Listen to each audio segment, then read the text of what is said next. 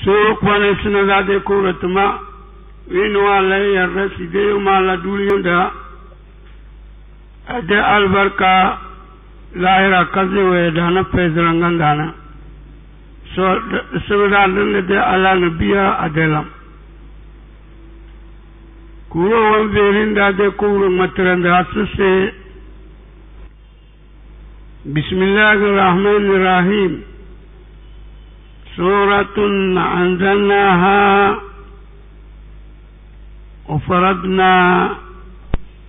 وفرضناها وأنزلنا فيها آيات بينات من سورة جرمان كندو أسجد سورة بتيرو ذي لما فيها من إساءات النور رباني دم كورو يكودو دا أشوان دين دين دين دي ودرالو سورة كنكدا بفير دايا إيديو مالتلي ننكل دم بنانا أننا بالتسريع الأحكام ملوان دي مرا أروالو دو بلدو abile do egbono do blege suru kwano ado yadi feri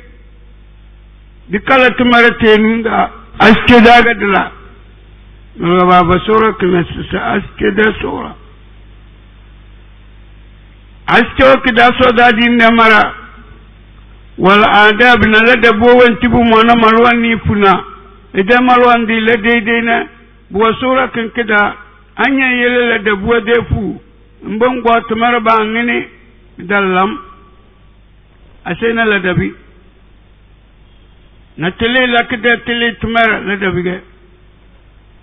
wal fada'il insaniyati na urtida ku jon wenti so wa baru gunadan bo sura kana kida allati hiya qabasum min nurillahi ala ibadihi ku jono wenti so wadi lede bo wentarwa gonati wanzo uso de ku jono da wenti wazi de yoma era rozene kuro yikondu da skemle wa ba de yoma suba chona da ma lafiya bubu lahira lafiya boko mulu da ma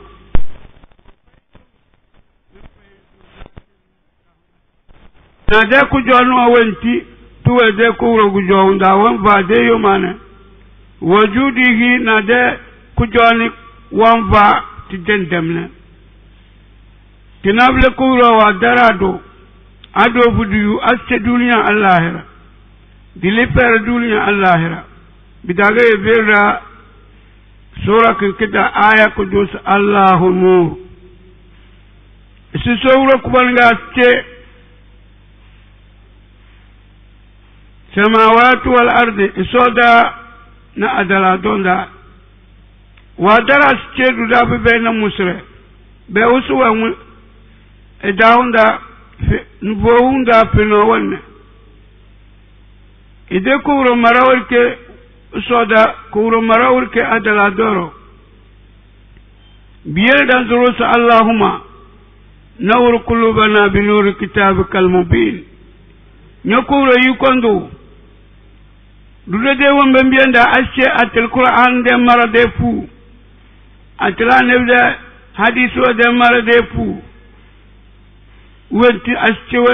qur'an wen kindana acce won ko hadisu dana yokuro yiko weni dina bangbe tinga na fadab je ku juni sura tanzalna sura acce ngi kinemu e gati sinada kiyo مجلدا وفرضناها نمواد دا سورة كدا تلسي سورة كدا مواد دا تلسي ما فيها من الأحكام أديني دا مارا أروال دو بلدو وكدا أروال دو منايو وكدا وأنزلنا فيها آيات بينات نجمو قد سورة كنا كدالو دو نمو دي كورو متران دين دين دين دي نبيا آية مروان دندي وانتو ولي داسسي إذا كورو يكو سولادو غونن إذا كورو يكو تنجادو يلن بو ويازيدو سورة كنكدا إفيري دا إذا يوما بسيدي دا دسوتو بولن دين باو إلى الحق دكوتو بولن باو وإلى صراط مستقيم دكوان باو كزي زيدو دوبوتو بولن ودوبون باو كزي زيدو أيه بوتو بولن القرآن جمالنا نيوبون بولن باو كملانه هل نسني بيسمله بيسنيو بوتو بولن القرآن يمكن قولن باو كزي زيدو كنابل دين الإسلام بيابسه banga baya beze numbawo kisizi kumle bananye jingirwa da emwa ya digedo bidakena muslimu feri betiro ko roga sala allakum tadhakkarun abilad qabla tataizuna dalana da duwazu fata'amaluna bima fi hadhihi sura مروان تتوى القرآن سورة كنكدا ما متوسيدانا دلنا تمره يا دنگا زدسي دلنا تمره يا دزي سوير دلنا تمره اكال رابنا بعدنا دالو قادسي تنكو باندگا بدين ماتي افير دابله لعلكم تذكرون بلا من يرى لا كردنا نيسو دين داره إلا نمدوازو اقوى إلا نتميو اكاني اقوى السي تمرك دانا سيدا دانك وانذيرين داس الزانية والزاني فاجلدوا كل واحد منهما 100 جلدة ولا تأخذكم بهما رأفة في دين الله إن كنتم تؤمنون بالله واليوم الآخر وليشهد عذابهما طائفة من المؤمنين تنكالن دغادا كونابل كتي يليكون كوبري تشوكوزو اراده اورتي تشوكوزو غابال ليراندا بدار ليراندا كينا دي ليراندا مركنا مركلو مملكو ادو بكي دي تشوكو برا لا بيا غابا فيدلوتا ابر فيتال دلوتا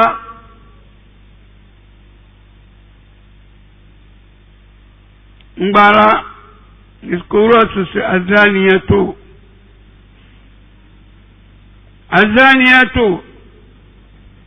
ألو إنواد الفادي وينقلنا ألو إنواد الفادي وينقلنا ألو إنملا إسي سابو وتتي يلقى القرآن آية وانجدنا بردانا آية كنا كوانا وانببركي جدنا بدكدي سكفاليين أرونا أروي وعد الفادي وينقنا يورغ كورو ويجدي سكي بيا يسوي لا دو الكدارو دمسني فاوينا نياتل كداني نانتلي فيرم ñane paawe ndatal ne ndandil feerum sababu nuzul wambi yerge be gedisi ayat الزانية والزاني alwan wa dul fadene suga bayai pinawe naga wayam control dina ogon ba bengi de kuna wayam fadidane bidasana wena gouvernement wa banba wasu bayane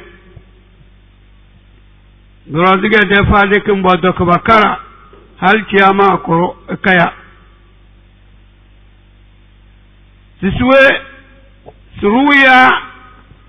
بامفاوي أن امرأة سألنا روي وينوا دلفادكين تدعى بيا ألوم سي أم مهزولوغو كانت من البقيات سي ألوموغ ألاوم بعد الفادونغ دانا دابايا كاروا دانا إيروبا دانا هياسي على الكيغ كندل منين ببيليكي نفونا داو أبالا وانزبورو إمو جواب مواموتيكي أبالو إنوغل نكايا ويلغا نيزو لبدا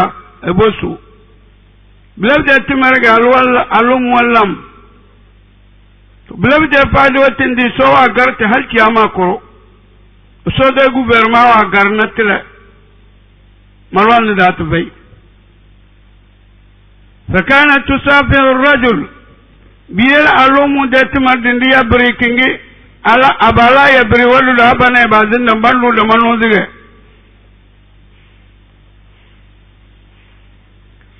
وتسترت أبقى بالو لمنو ذي بزي سايما وغنيا ديدان تشيغي وتتفقوا عليه هنا بالو بما تبمو alwe ni kadaga nyozo le sa se manowe nya kaya bje ala bakale wechena wona lewo wona dane de bilbilige balla haya bowe abalo alwe bi mo na chenga na fera mu de wo mi buro adol fade kingine awa mu de job na ekpo abalu chel aluwe ni ne bigom jo sage so ale Syria niya bigona fa arada min ar-rajul min al-muslimin abalna rawale ne la ne salu kazani dolesi koi ilayhi fa zikra dhalika li rasulullah sallallahu alayhi wa sallam nalabaro gwa kubande bijo alkenu adul fadege bawani ina man sisilahiye alefta bustanatoro nasamalu bawaro gamula baro alaka jibrilu egedi alef koros mongon mazenya azaniyatu alwenu adul fade wayam pinawe naso de gomnan tuwe gidiene la yankuha naru abaru kobone amu de kuneyo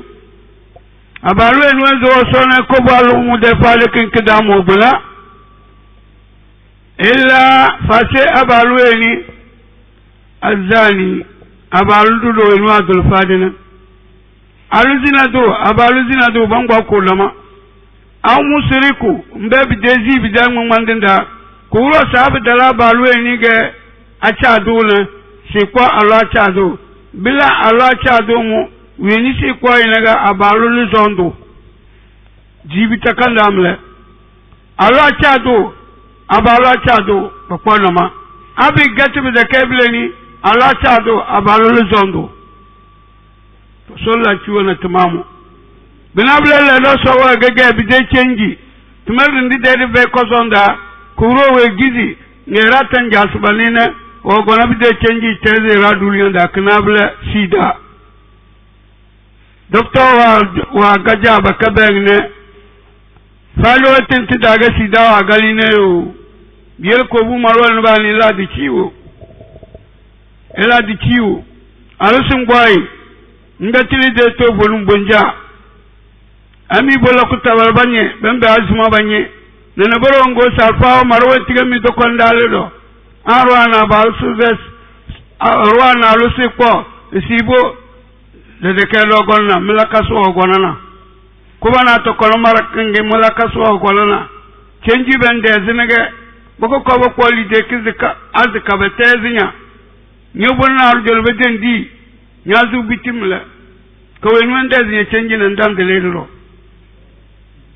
abla marwan ni la kare ndela luweli sungboyne kokoli yelnya musiba ngofu fu halin bolahira brokuro we gizi azaniyatu alwen wengilim na karwa wazani abalwen wa dulfado wengilin alaba wombojone abe gatini siwamba malaga sabalo azaniyatu alwen ge hiyalne wazani abalu hiyedo belan be gatine de ke faade dina balbo bowe dogon tele subla malomba hi page amachene yedina abalu hiyedo alu hiyedo begatini kabde kebalan badehiye sodange abalu alu dehiye ogbake ibona abalu na rujo bide kewalo belega abagba balangine ngat alfawa se womba bege afobia malwana afobia alo alere balega fajili du kullu wahid minhuma 100 bamo agbazani no batara beze bin keni de tedile li keni badan dana da mo bin afobuna alere mle balanga so ya zina able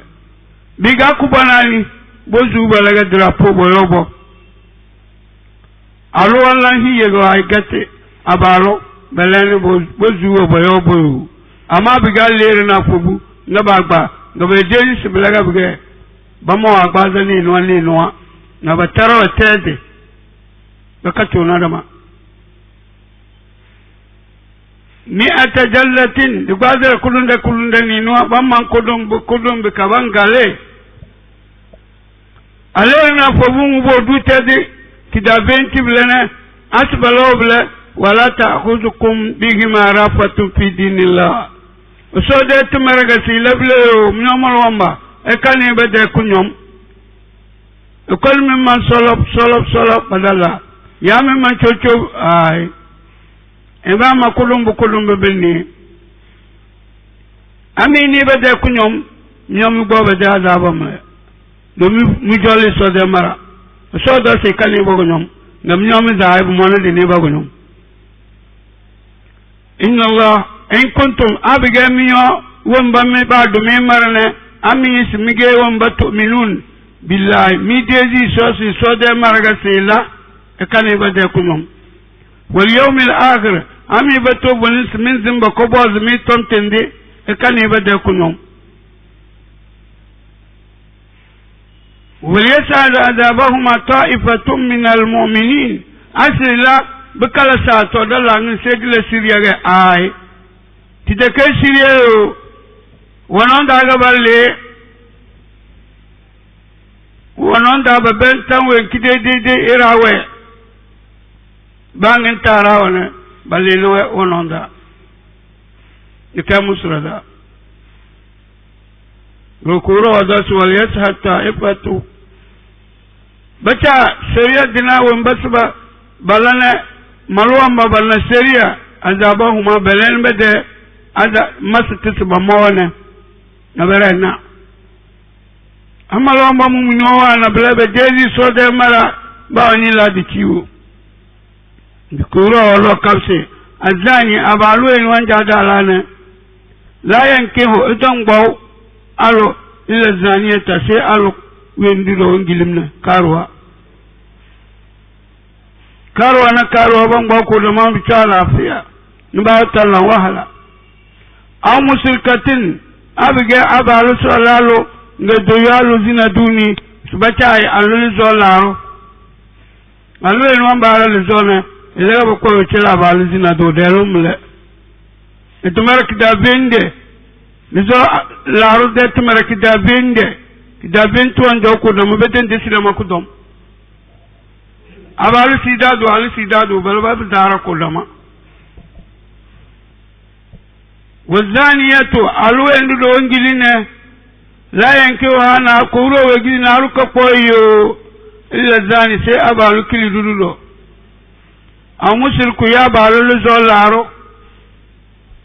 badma zalima wa hurma zalika kuro si mu ababla bide paw على المؤمنين ملوان برو ملوان با كتو بده مصيبة دا يلا سورك ولي اترى الراتيونا بده مصيبة دا تمامو أجبنا باجيو أنغورو بنا با دنغالي دي دا والذين يرمون المحصنات ثم لم يأتوا بأربعة شهداء فجلدوهم 80 جلة ولا تقبلوا لهم شهادة أبدا أولئك هم الفاسقون كلوا ويتدى مركة دانجي كنابل الزنا دانجي علينا فبو مسته ومبالا زنا بسوء ebe malwana balo ekoko alukilidu abali patu batele ekoko abalukilidu ali batuma alusiriyadu kasai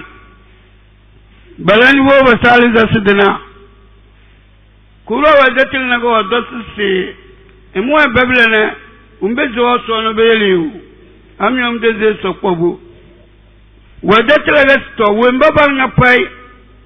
بومبونا بدلنا المحسنات ملوا الوين ولنجيه وهي دانا لا يا محسنه ملوا الله يدنا بو هي دزن دانا بوالنا اكچكوه abalu kacheki delu pataro kida venu so gizi chakitu anti mbunan da lusnaru ajai koro gizi marna ko ga so do ko le gizi amudan jafde buna kenge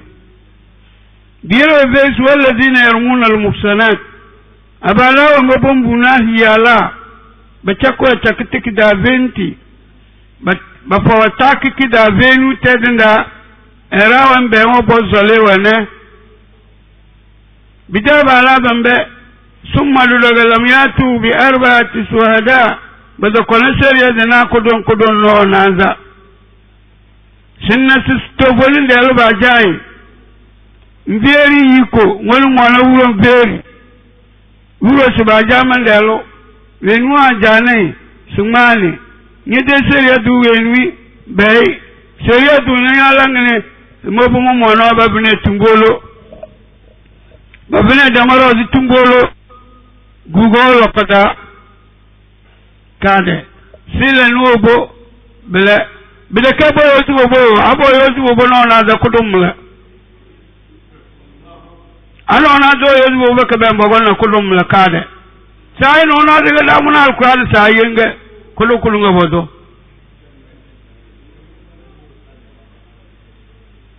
kudo bobo kon bele sile nuobo bele toze nuobo bele nada nuobo bele bida belani balabo bosuwe abo zuwe boyo bo halwase bede dunya de azaba tukoyo mleso si kenola hera fase abala wo mbobonguna bedala belene kuros bokolo marakine nyagun sungongonene kuros se nona daga bokona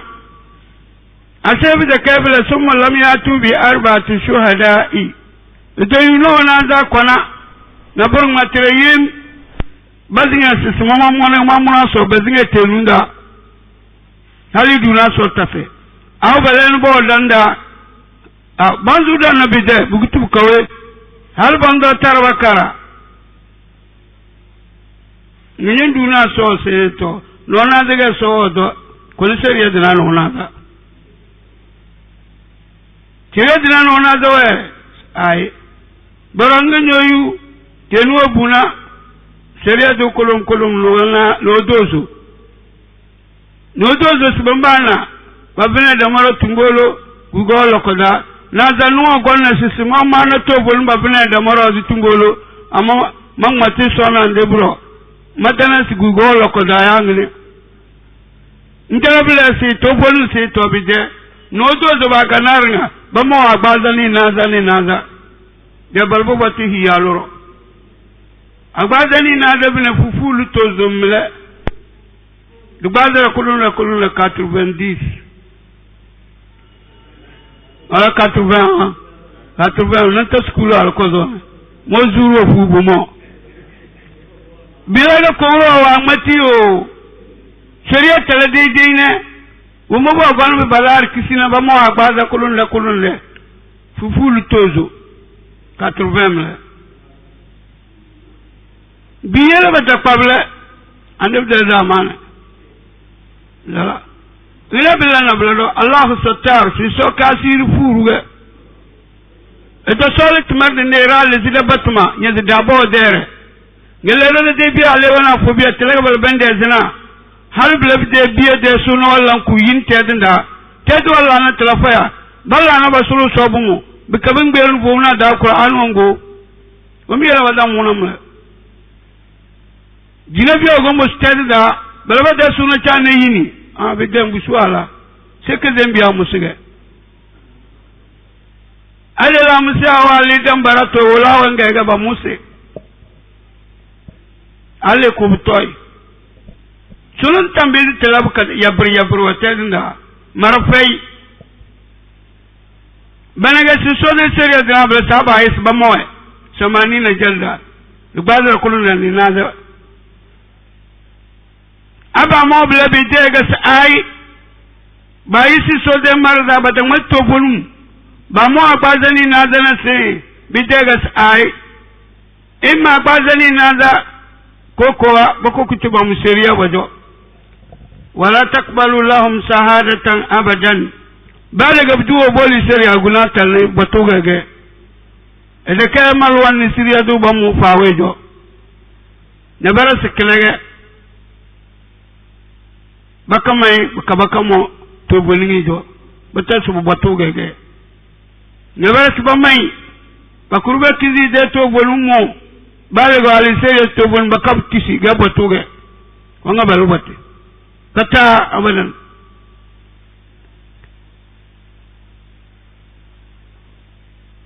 kura sited marato zongi barozinege wa ulaika siblab dera bambe badanaga subhana humul fasikun banable wal mubali adin de maroro adin da banja dera kazamba bako kwawe maranab dozo gabaro bamawe aw bakam to bulungo jo aw bali malwan de mara woro ngabara subdozo bamowe wala zo erato ala pe ko kon bu batisu ba ko pataran ki da 20 bandalna hiyala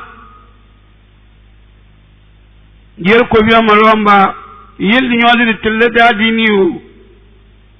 in kelle qur'an wana amal wana ali ko ro ede kullu wadi marara ban barwazina se illa alladhina tabu min ba'di dhalika wa atlahu فإن الله غفور رحيم سو ما مبالن سريا زركنا باني سو دين متنا بالا توبا أبغير ولا توبني الذين تابوا توبا دينارن قطع من بعد ذلك بيس ورو وأصله غبانيوزي بير سريا زرلم فإن الله ناناسو غفور إجوا وين جمس نبينا وجوا الرحيم ngoge kunya nero wane ba kunyo laira wanga duwar zanna abolot makazana nda dilna suro kwanu lada ciwo isizira din islam da disidegera kazamba kuro wazitla go gonna marka to zongi walladina yarmuna azwajahum wombobon buna badala pataru kita benu kine walam yakul lahum shuhada idan shari'a dina ba ka da ya sile ya tozo doyu ila anfusahu dewen bile bile bare edewen bile ge fo wembi ma bunyine ne de kanu ba mu ga wanu ngalle do mandel cenu e genu bo awa zemble don hali zinga si wangi za lubroze maluro yayi bakona seria basei rokoro dosse lam yakun lahum shuhada bayna sariyatina illa anfusuhum badiga bade sariyatina bakamu bade sariyo fa shahadatu ahdihim abalo ekoro malomba zomo zanda ede sariyatu kadani idunaso selani idunaso tozoni idunaso rokoro da fasadat ahdin arba shahadat billahi idunaso kada sile tozo ويسري دنانو دوزو نازا ويسري دنانو نازا إنه نعلم دونا سوكلم كلم لبنادو ده ملورو زمار نموتنا ndala maduna kala min sadiki magato bolun doro mon duna wembi manyiro na blagege engilim aw ba jay bigat ide sharia dun walnisi tazina iduna sona wal khamisatu nabun wade Allah anatullahi alayhi iferis kuro duwasi sina moduna na bunada dona no wangi kila mang matulona sonya de lali la tambata maro kena minal kadibina abu batiga man baliga moduna nyoso na bunada no wangi kila nyede lali la tambata maro deso abalu la blekecho wedra ana al adab aloka ge koliso anta shahada arba shahadat aludo duna kudum bila bunaza wentimo alwan matimo dono ma setimo duna so wentimo alwan do madona pataw kuna ma setimo duna so chakitu enje kuma dono ma setimo duna so na bunaza innahu lam al-kadhibin nyalo mo duna na bunaza dona so dona se mo alo mo gabatoga dubatiga mbale mo roze والخامسة علوم دس نو ودني أن قدم الله عليها سو نيدي عذاب على تنبت مرو نيدي بالنا على تنبت مرو إن كان من الصادقين هذا موالو كيلو توبونندو نيدي عذاب تمرو دي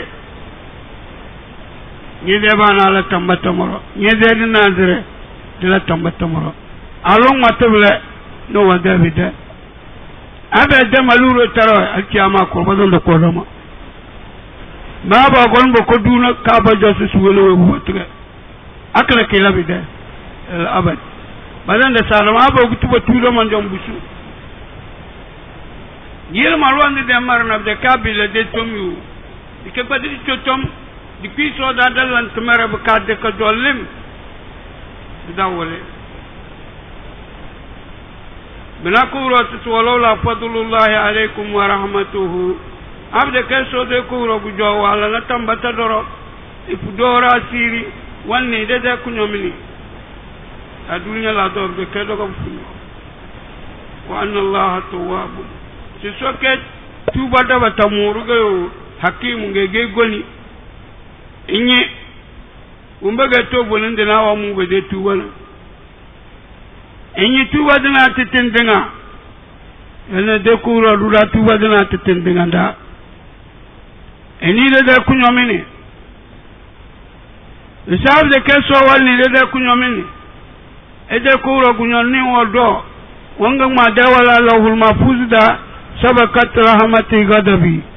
mede kunyoni lazbana da wa migulan duniya da ba fungo su da bakati su balai doro aba kusila aba kwada na bogo ba ganane amma kuro wani de kunyomini satar ngega ashiru furu da batene ibobu batu wara siri ne batu ba ma si so fu dora siri kamutiga huwa bulu de warasir lati de maramle marna zangi go gonda sura kan kada se innal ladina ja'u bil ufki usbatun minkum la tasabuhu sharran lakum bal huwa khairun lakum لكل امرئ منهم ما اكتسب من الإثم والذي تولى كبره منه له عذاب عظيم كبيا ملومبا abala كبيا ملومبا على باوي نيغا غنياني فاوي نسلنا كتمر لسورون دي سو ngolesi njakiyu inye gidi nyunga nunzu zamana kurda lahira kanya sake nindi dunya na walladhi kura wan berinda su indana wamba ya ubil ufki bogo na bubate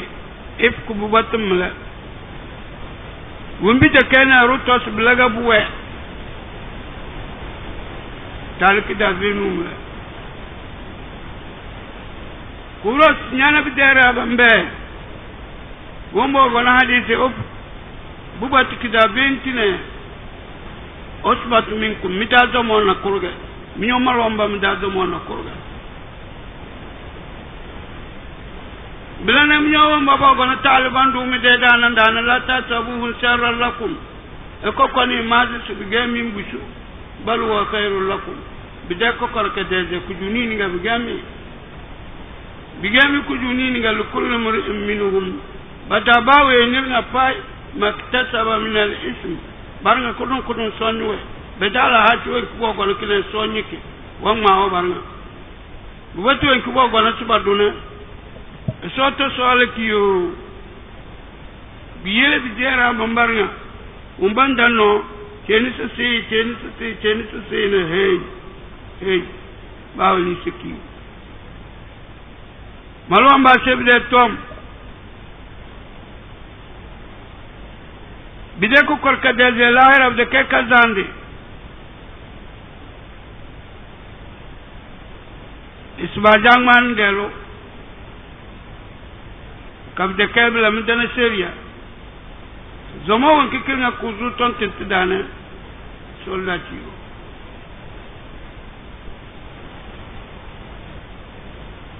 blawde zomo nga pay sawro ko bal kanu da kda mi de katon kazambe orolle njakda 20 nyentini nar de rose malwande de marada abdo bozi blew asirge sowogu elege nek de fuludo aro adala de bolanda esali de sote de anye gisi sa anya molezo tidulnya cheto nyenai gene kubu malwan ba ni la karna pawu kinge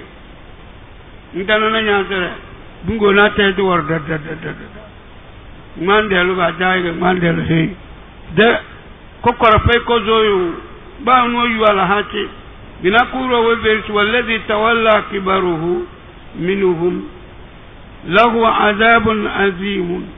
badanu ba deruni wenu agada de tonne angina hadisi da tise huwa ibn ubayy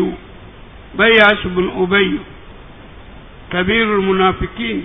munafiq wa da kubanu mle ile dole na musiba kidavenu kwa etel marwa alukazan rose etel marwa alukazan rose yide wende di be ko zone ngina bla marwa ni la di tiyo eko kwani bo kazo ubayi de zamonda munafiko da kubanu ko kolum bonga zo de zamonda bawe ninga nyande kinyande ni marwa la rasmanu ajai tiyamore nyana ubayi mungoroko mo bala tal kida binti dilana ba kubanu mle sokele souda bawe ninga nyani mbarasiyu kakwan nyalla na tumara nja لولا إذ سمعتموه ظن المؤمنون والمؤمنات بأنفسهم خيرا وقالوا هذا عفق مبين لولا جاءوا عليه بأربعة شهداء فإذ لم يأتوا بشهداء فأولئك عند الله هم الكاذبون كوفينجي وانتلاق متنة دمار تاغا بنغام سدوا كوفو مروان باوي نيجي مروان ني نيابا سوتو بنو أبقى حديث أفكو أغوان فايو أغوان سبا جانمان ديلو للاكار لكدا سولا وطا كدا دي سولا للاكاري مبارسي مبالا كوراسي بده كتون كزان دمله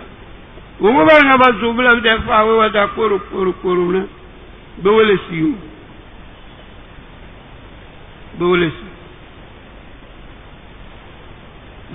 Satu en kimi ni fa we kingi bulana minyo malwamba umba mi dezi sona malwala be dezi sona min jade lahira de ardana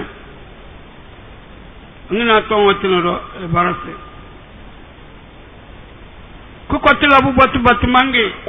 kamyo munzuti da fashe mi walasi ina kuro obase ado mi la ko kare kaja bi arba'atu shuhada shari'atina no na zabtala kozo bi kilim matino da yem am da shari'atina no na zani shari'atina no na zam doyu ulaika inda allah guma ba na bang matete ka shari'atina no na zapena esojo mulkazibun obatnam la bajabu batubandi mal walu ceni rozum lew ngubu watna de wahala sokal da bada yukuratu wala fadlullah alaykum rahmatuhu wala kamsina da ko funje de matre abda kamu de ko rogu jow na de ku nyonni wala tambata do fi dunya tin lahira fi dunya wal akhirah dunya na lahira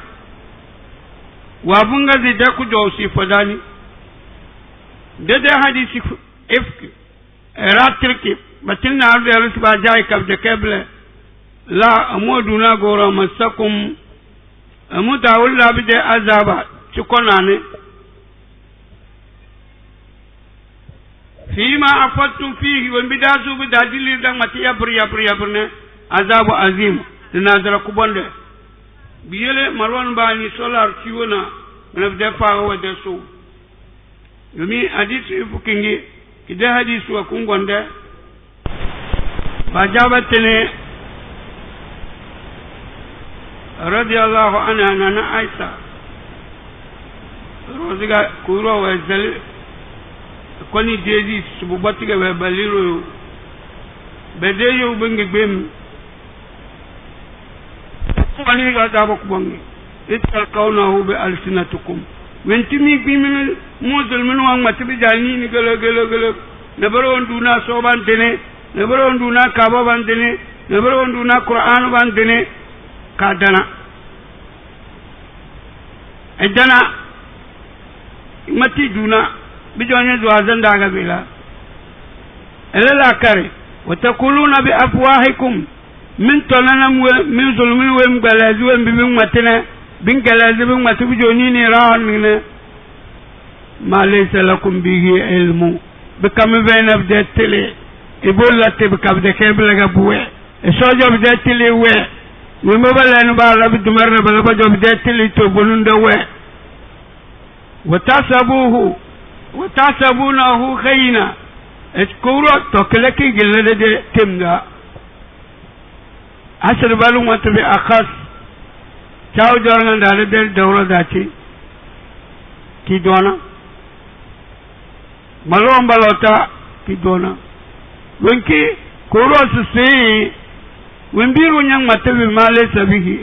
nyebena bidatele nan kasobida kadamle kije musiba kubangi geswe kilaga sisi fawi wala batawe watasabunahu khayina ruwan matiti do ya barke e de tambaz sitije na toro e mati bu moy na buru duna so bu moy e jodo pe nyezu de ketom wa huwa inda allahi azimun so jom bu suk bongam la ki yeli kalir jahannama da bi la arsi mati wala siu waga ne bo bana di sida man takallama fa ganima wi ni wang mati ni matire yuriba na mate aw sakata fa salma la karanda zunyu wala afia anyo zunyu alafia nyasi mati yuriba aman nya bayna matire nyasi matire nzu yu alafia domi de zulmun de gunu amle tingba ko da to da tiyel ku ba doran kafo tiyel ku ba maro zulmun tiyel ku ba palero ndala faruli de zulmum le busum le zulmu doga fa ku bana solo ga para na ro gani mona juha tele ku bane dua si modo le pudel som halalembe se boka ku po ko manga na ko mai halale ba ku po nga se le de zulmu ko ma agora po ko zulmu nga jihad mina fuda somrunga da halalendo waye de mab josa na ro agamsi afasi mo gon modole duliya da bawul ma som haramun be bo ba ka gufo ba da ku gufo bokona go jo bo gon ku duna se le zulmu konama ba le zulmu bokone mina sifur na haramun do kede wanya da halal sinya da haramu ngasu da kake yeluku ba kwalenda la be kake yeluku ba doran kafwa lakadina bobe na udaile adugo biya flande mo tibo sof na uile njo ngaba di ka wangale ko lanku fulombe adugo biya na bare kalk se pe na damba abar bo so no mi na uile do ba ba lu so wangale ko so de ko ro iko la kariu bawo mbina bide maraga anyege binge nyenye siya do ko to bonin kanyenge adini rusi la kikile de abde ke qur'an wanya wozuge abde ka de hadis wanya wozuge bawo tige ro ko ngate be qur'an da yele botuge ge e ko da aye de bilbili ko ro wa matana yele وتحسبونه هينا وهو عند الله عظيم ربنا تم يبركه نزت دكتون كالنده بكتيلي الا بيت الاخره جنبو كومي سياوا رو ما سب دكانا برنا كبسنا بر الاخره نيلانن كوبو nyanga dalni dar nan kelle badangalan tuba ba mune ngiliga salanan ngabs bangbanya na sumangere نينيا لتوبة نقول رسول الله سمعتموه قلت ما يكون لنا أن نتكلم بهذا زمان وكمن جمني توم تندنا بمونا مدوين بيلا ميواسوتنا تدمونا دادو سوتدا سبحانك ورد تشتو لداتي ولنا ببطوة تنتدا هذا عندنا فاروتنا بختان ببطوة كيروا سوان بليسا azim kuona ala hati kubonge batu kubonde na tinabla na tonwatina tideke malwan wanzu tada ya izukumullahu kubra sisoti mwala miwazio yele bidang matira ya burwata zinda urtana bibi dunaso ya izukumullahu anta udu limislihi abada asoti mwala miwazu eko kwani lobe bisi bide timamu da kpata eka bisi timamu da kanda kwani lamiti chiyo kasuti da edo sere mba gepawe ego chele so in kuntum mu'minin ami gede zirami dezi so muzo lamina so kada lafia ina timane kaswa da ayo wa yubayyinu Allahu lakum al-ayatin kurasi mwanga tige mwenverinda batuma bidekana musre wallahu sawruq wa alimu egatel ga hakimu gege goli telidu weni da yese budo zonai ida tele jakku jo tele ri dare bida yesi ngodo zona golimle biele dazuru soro kubanse se sonni de ku nyomine fada ku junini fada ku junini de duniya de chawra da laere de bone da sopola ku junini ko biya malwamba ton wentiti gonti de lona zeketon abalandi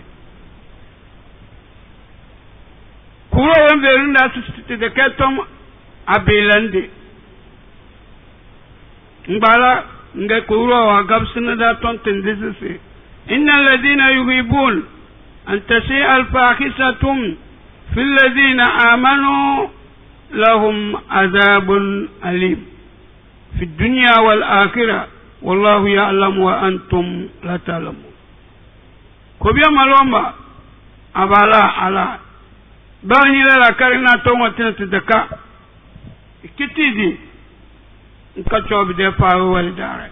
ake goni tezite ko kutiru lord bisti de kawdayo lumbi de kana buru ko ro wala kay paga innal ladina nyana won barnga pata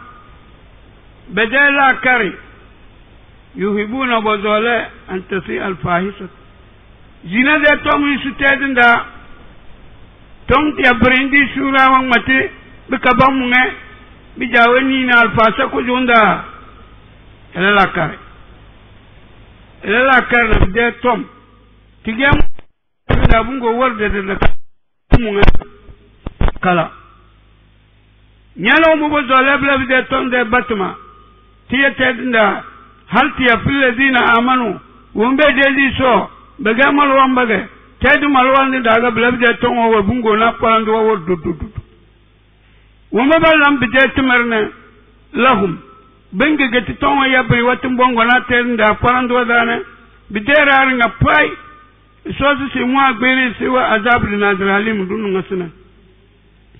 fi dunya hada bide kabila ga botiga babali dunya tige mon nazwe والآخرة لاهرة مكناز وفرة والله سورك وليعلم إليك أنا تلدو إليك أنا تبلن تنتبه كذا تنتجا كذا وأنتم بغميارا لا تعلمون ميسي وانبوم سنة ميسي تلفهم جو ولولا فضل الله عليكم نبدو ذلك سوءنا آية كنبه isab de kaso de kuro kujo wala tambata dororo wanni de kunyo mini we zalbanan dorozi arwala dan jan pinay de la kasi waramatu kazi de kujo fada dama bawani to hal tala de ke kure dawon buwa dallan nana bide ko korban jambe tezero wan mati de tata balai azaba bakoy ese e kwa wanti te geline kama kuwa wa barasa tisiyu wa anna Allah ra'ufun abda kasawru kwanu da kewe nige kunyan niru dabata wanjan dabata ra'ufu gewe wanjan dabata rahim ga kunyan niru abda kabla ga soke da jandan matina ba jamben da zida canji ba da yelna duniya na dar nga pai na raba fungo sada do ya biri wa dullo mun tedinda ya biri wa do tedinda marafai maturu job bay neru job bay landu job bay biel dan nga sedi kezel so de ko le tuba da di cha tuba di nyonze bila ko do be kel kadayo so si togo ala pea si chao do ala pea ko bana bo ko togo na bo ko chao do ne so telo wa sawra dana kazamba so si no te de keti umbanga jadi so chote musuta nda te di nyonze na so ko no chelo umbani nda na sole ti wodana we de biya bogo asuna shawru ko bani nyota wa kausu ba tote da bal te dimbiya ago moa ko mbe de te da albarka dezinda yala na bo walna so nyol te di telo nyodi da na tele ba weni ba na da yale so telo da zulu shawru ko ne de haji de tumero adanaro ko bu eni na so aya alu ya balna so puzu bi de bo de ku jowu chele bigo mabi gandar ga so ni de wide mbidile de tulon dudanya de yo manda umbanya ya ona tudabalota budela la pia كم سالة فيها سر فاتح سورة على النبي